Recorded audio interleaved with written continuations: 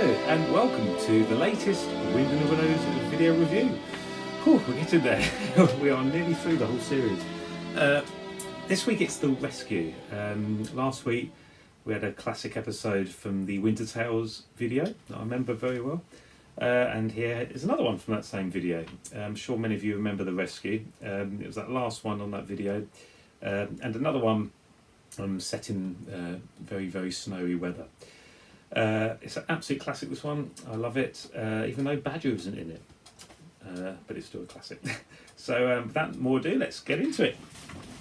So if you want to sync up with me, I'm going to press play right now. Okay. So The Rescue is from Series 2, Episode 3. Curious order to Series 2, because you've got Winter Sports as Episode 1. Then it follows with Toad Photographer, which is a spring episode, and then we go back to winter again with The Rescue. So I always felt this should have been episode 2, but there you go. It's a great one. I love this one. In fact, I love all 3 episodes that are on that Winter Tales video. And I've said before that you know, it was my first video I ever had. Pretty sure I got it before even the film. And it's very, very special to me. In fact, I'd say the video itself is one of my most prized possessions out of my Wind in the Willows collection. It's obviously behind me somewhere up there, just up there.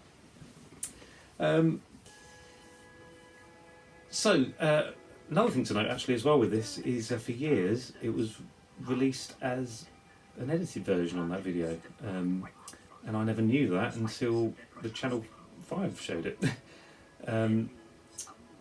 Yeah, the first 2 releases of that video were this weird edited version and the longer version of Yuletide Entertainment, and then the 3rd release, which I think was in around 2001 on video, they shortened Yuletide Entertainment and extended The Rescue. There you go. So just a couple of scenes that were sort of deleted for some reason on the video release.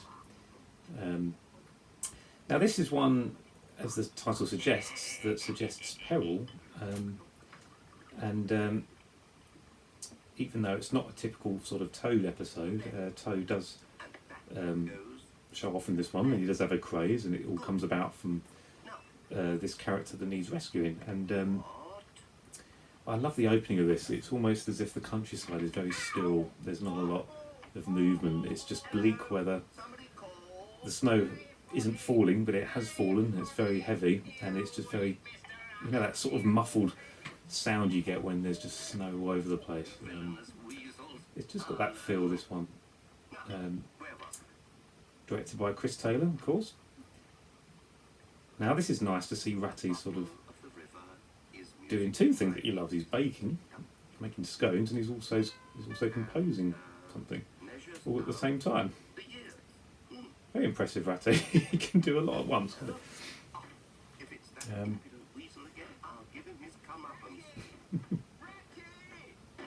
So this is where the drama really starts. We've got Mo, obviously, in a bit of a state here. And it's certainly an episode of companionship, this one. I mean, you know, it's right up there in terms of friendship, loyalty, friends sort of working together to help somebody else who's in trouble. And this weasel at the beginning, he becomes quite significant as the story moves on. This is another episode that really shows an interesting side to the weasels. And by the weasels, I mean really the chief and the henchmen, not so much the miscellaneous weasels, but it's just a beautiful story, this one. So young Ernest, who is a name that pops up here and there, but he's a central character to this one because he's gone missing, and what awful weather to go missing in, so already there's this kind of sense of panic.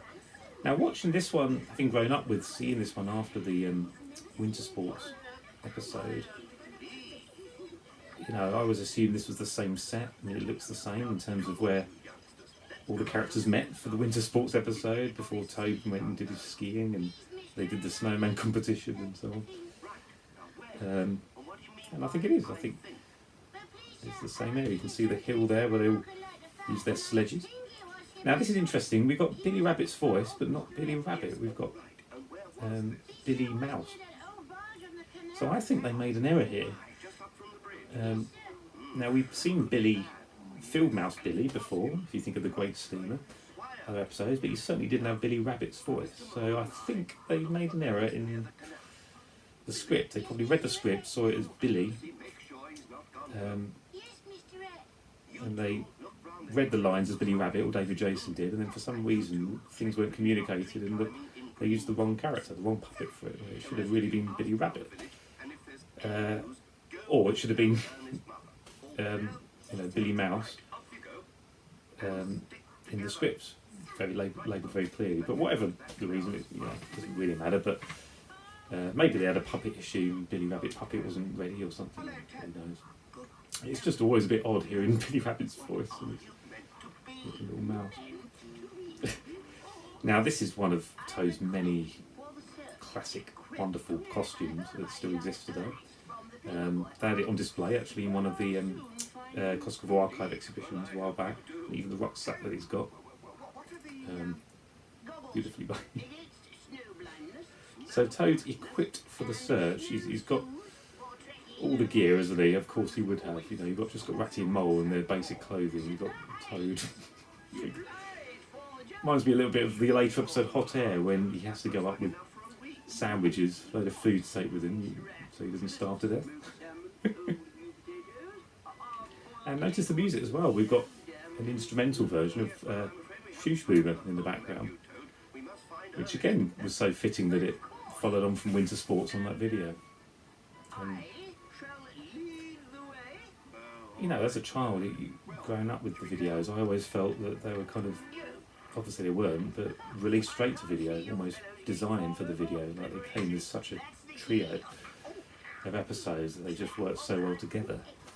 But obviously that's not the case. But I don't know, maybe there was some thought going into video releases as they were making them. I don't know. So that was, I should have said, that was a bit of a scene that was deleted there originally on the video. So from the point where Toad says go, it dissolved to this scene. So we didn't see Toad sliding down until the Channel 5 release, unless you caught it in its original transmission in the 80s. Now we've got this set that pops up quite a lot in many episodes. Loads of episodes, if you think of them, this is a set that's used a lot. But it always sticks in my memory mostly in this episode because it's such a feature in it, with the hole in the ice, and Toad eventually gets here as well. We have a lovely scene with him. Yeah. It's a great episode where everything comes together this one. The music, very well selected incidental themes, slow-paced themes, a lot of sadness in them. Very serious situation, and it's nice that Ratty's sort of making a little joke there. You see all his footprints, and it's quite... Yeah, just wondering where on earth is he? And then Toad comes back in the scene. Out of nowhere. Look at the shortcut there. Now there's an interesting behind the scenes photo actually from this scene. I believe it's Monica McCartney animating Toad here. And it was in the brochure for one of the Cosgrove Hall archive exhibitions, which was nice to see. I've never seen it before, so that was a nice little find of that. So straight away we've got this Toad making out to be the great explorer, and he doesn't even stop to think that Ernest could have made that hole. Like Mole panicking and then Ratty panicking, then when they think it through they realise, he would have been footprints on the ice. But Toad doesn't even get that far, he just thinks that he made that. So he's hopeless.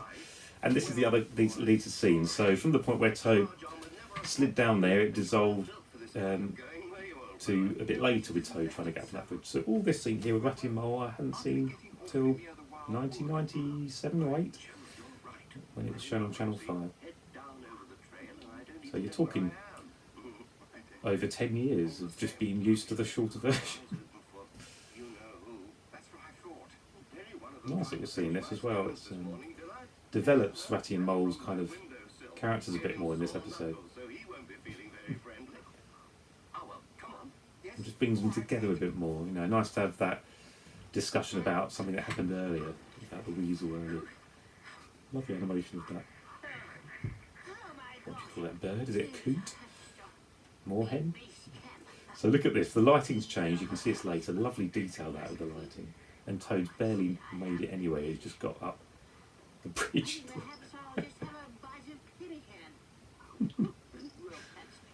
There's a lot of humour in this episode and this scene, it's lovely.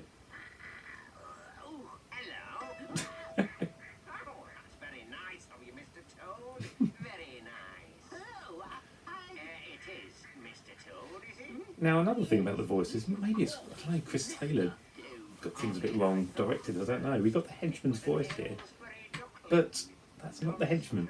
He looks a bit like him, but he's not wearing the henchman's clothing, unless he's got a different outfit, but we see the henchman later on. I mean, it could be him. I mean, what do you think? Yeah, it does kind of look like him, but I can't help thinking that's meant to be a different weasel.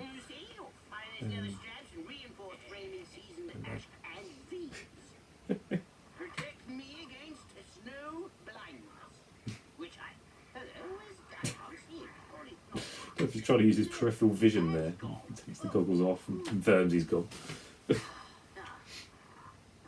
This is where you can really appreciate that costume when you get close-ups like this. Just the detail. So Toad isn't doing too well, is he?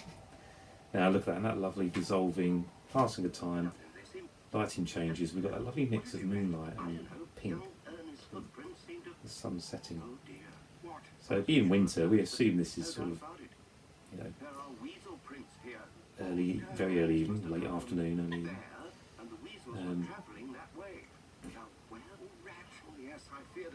You wonder if they've had any lunch, these characters. We assume it started in the morning with Ratty making scones, or maybe it was around lunchtime then.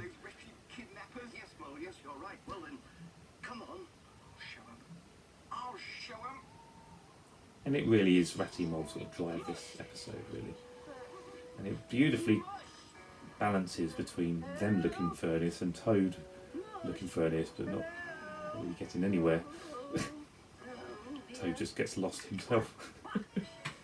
I'll have to come and look for him. I do love all this sniggering with the weasels. So look at that lighting, bright pink light at the back there. It's probably a bit harsh actually, but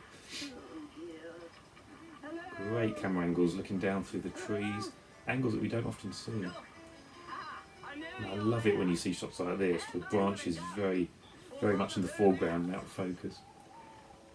Toad beautifully framed between trees. I love this. Cut to the weasel with his goggles on.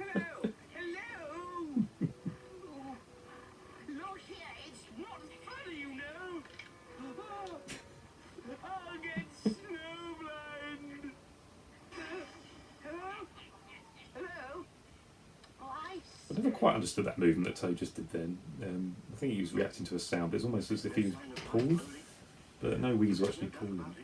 And this shot always confused me as well. I remember my brother pointing this out. What is that thing at the top there, that yellow thing?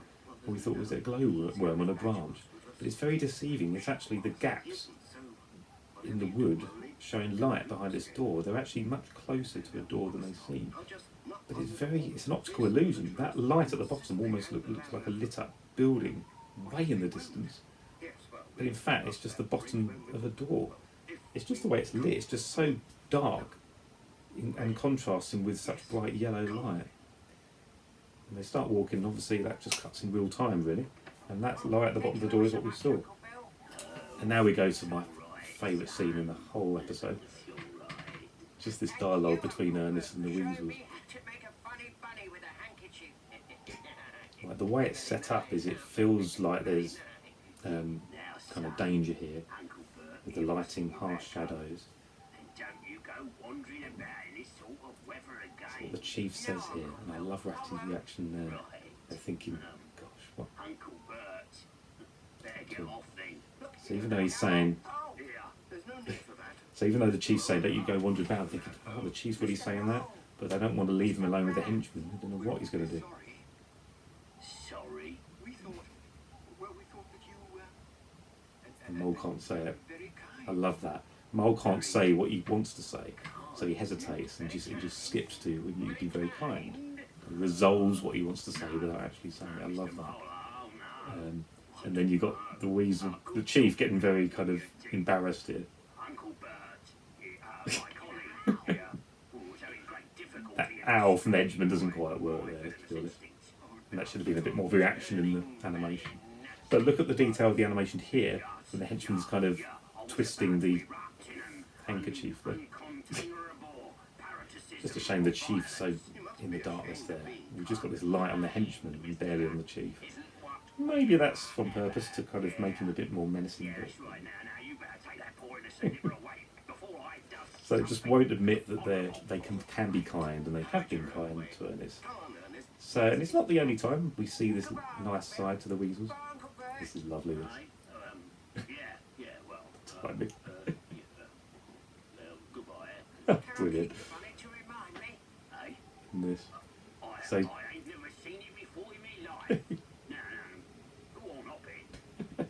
Beautifully delivered by David Jason there. Just that hesitating because he knows Ratty and Mole's there. I love that. It's so sort of. You understand how the chief feels. He sort of feels embarrassed. He doesn't want to admit that he's been kind. He doesn't want to say goodbye, even though they totally introduce themselves with Uncle Bill and Uncle Bert. And this really, you know, is such a turning point for the Weasels. I mean, and having this one released on video so early on in the run of video releases, it makes you appreciate the Weasels more and like them more. They have got a nice side, even though at this point we think the Weasels have in fact tricked them. And you think, and you're totally with Ratty Mole, you believe them. You think, oh my goodness, what is it? Toad. and it's Toad. So straight away, the Weasels are nice, they were nice, they haven't tricked them. And obviously this needs resolving. We need to resolve Toad. But in fact, they found Toad, so Toad's not lost anymore, thankfully. Yes, Toad, let him go. He isn't lost anymore. Of course he isn't lost anymore. That's nice how Ernest is anchored to Toad's arm. It probably would have been screwed in or wired in somehow, but he's very nice and still there. And they're able to animate his legs sort of wiggling like that. I tried to tell you, Mr. Toad, and you were very nice to me. Love the light from Ratty's torch as well there. So basically we're going on and on about how nice the Weasels were. But then we get to the point where they got all this food. And it's obviously from Toad, that's why he knows them all. Look how the lighting's changed as well. Probably a bit too drastic there, because it should be gradual, but I think what they were doing with each shot, they were trying to lighten the set a bit more, because we're getting towards morning, I guess. So they've been out all night? But how could they if they didn't find him? Yeah, it looks slightly darker again, so maybe there's just a continuity issue there with lighting. I don't know, maybe they're trying to do something. But it does look brighter overall, doesn't it? So I think it is sort of getting towards early morning. And we did hear the cockerel actually, didn't we? Cock-a-doodle-doo.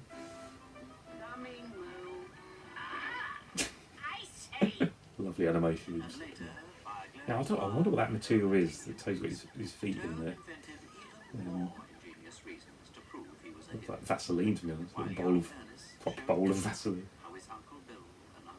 And it's lovely having the narrator closing off the episode by talking about Uncle Bill and Uncle Bert and a nod to them, funny bunny for handkerchief, and it just makes you go, oh. And it really does, it makes you like the Weasels more, and they're not all that bad, really. They've just been dealt an unlucky hand, a bad hand, in the world of, I don't know, sort of class, and money and so on. yes, they are scoundrels, but in some ways they haven't got much else, have they? But they are nice. They do have hearts, and I love that. And I think there's probably no other episode that highlights that better than this one. And obviously there's the Pipe at the Gates of Dawn, where they show their nice side. There's Badger's Remedy, and one or two others where they just, somebody else is in peril, and they can't bear that. They have to help out, and that's true to who they really are, and I like that. So cheating Toad, you can kind of accept more when when you got episodes like this. So yeah, let me know your thoughts on it. I mean, I think that's a wonderful one, absolute classic, despite the absence of Badger. He does get a mention. Ratty does say at one point, "Be easy if Badger was with us," and he's right, to face the weasels. But I love that he wasn't required at all in that episode. Maybe we accept that Badger's hibernating, like in Wayfarer's Hall when he's gone to sleep for the winter in that one. Don't know. You think of that continuity from Winter Sports to the Rescue, and you think, well, Badger was out about in Winter Sports, but maybe by the time he got to the Rescue, he needs to hibernate. Don't know. Just that balance of human and animal characteristics. But, I'm sure they weren't thinking that deeply with the series, but it's nice to kind of speculate and, make up our own minds about it. But yeah, let me know what you think. Be great to hear your thoughts on it. So like I say, we are getting there. We've only got a few left. Wow. Three regular episodes left. One more with the bonus ones, and then we'll finish with the Tale of Two Toads, and then we will be through the whole series. So next week, it is in fact Bricks and Mortar.